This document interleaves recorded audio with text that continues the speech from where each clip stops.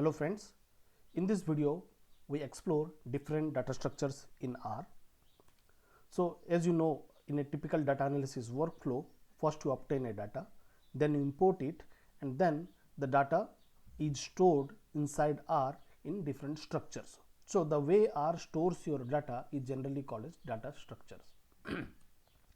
So broadly speaking, there are four kinds of data structures that R supports or R stores your data. One is called as vector, matrix or array, you can say in a layman terms. Third, data frames and list. And of these four, the most widely used data that you will be using is data frames. So this is a summary of the four data structures. So as you see, like vector is a one-dimensional data set, so that means it has one dimension. Okay, and matrix is 2D, that means there are rows and there are columns, so row and columns are there. Data frame is also 2D. Okay, and list is a multi-component data set. We will see one by one. Okay, so as you see vector, suppose let's say you have collected temperature of city for 5 consecutive days. So you will have 5 values like 25, 26, 27, 28. So it's more than one value, and everything you store in an one dimension. Okay, so then vector is generally it is called as one dimensional data structures, where one or more element can be stored, sequence of numbers can be stored in an let's say one dimensional array. And so and another important thing, like all the values should be of same types. So as you know, we have seen like data types, 4 data types, so all must be same. That means if it is an integer, so all has to be integer. So this is called integer vector. Similarly, numeric vector, character vector and logical vector.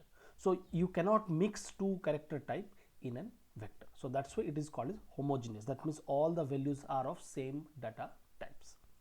Okay. Second concept, second data structure is, let's say you have collected the same 5 days but for different months. So now what will happen, you will have a two-dimensional data. So that means January, February, so month is in a rows, so these are generally called as row vector. So you, and these are called as columns vector.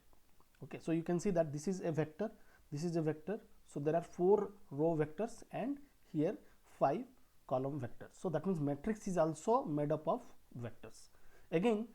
So it is 2 dimension and all the data types should be same, it must be same. So you again, you have an integer matrix, you will have a character matrix, you will have a numeric matrix, and you have a logical matrix. You cannot mix them up. But in the real life situations, our data set, generally you work in Excel file where different columns can be of different types, right? So that's why in real life example, matrix and vector are not that useful. That's why R has third kind of data structures, that is called data frames, where you are allowed to store mixed data type. So you see the column name, first column is of what character data type, second column is numeric, third one is again numeric, or fourth one let's say that boolean or logical. So you can mix them. So that's why but again, data frame is 2 dimension, you have rows and you have columns.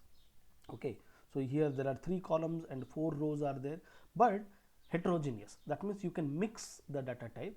But only thing you have to remember that in a given column, in a given column, all the data type must be same. So that means indirectly what you are doing, you are just joining the different column vectors, like the appending like column wise.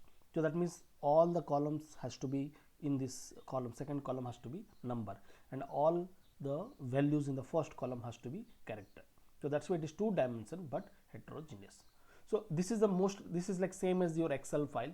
Every column will represent different data types, but within a column all the data must be of same type. Now last is like fourth is a list, is a separate kind of data set. This is, you can say that this is a like dynamic way of storing data set. You can store any kind of data within a list. So list is nothing but multi-component, so it will have different component. Let's say in this hypothetical example, the list has 4 components. Okay, and the first component you can store a vector, and second component let's say we store a matrix, third component let's store a data frame, and fourth can be a list which itself has 2 component, component 1 and component 2. The component 1 may be vector, the matrix, and let's say third component can be list, and that list can contain list. So list within a list within a list. So any kind of structure you can dynamically store in this single variable. So list is more flexible way of storing the data. That's why we can call that it's kind of unstructured. I mean, any unstructured data you can store in a list by converting them into structure. Okay, so but the main is like these three: vector, matrix, data frames, and a list. Okay, so most widely used data structure is generally the data frames. Okay, so we will see in the next session, particularly we'll first walk through vector, we'll try to do some practicals there, then we'll move to matrix, then we'll move to data frame, and then we'll move to the list.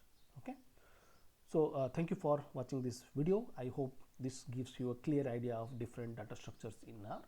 Please like, subscribe the channel. Thank you.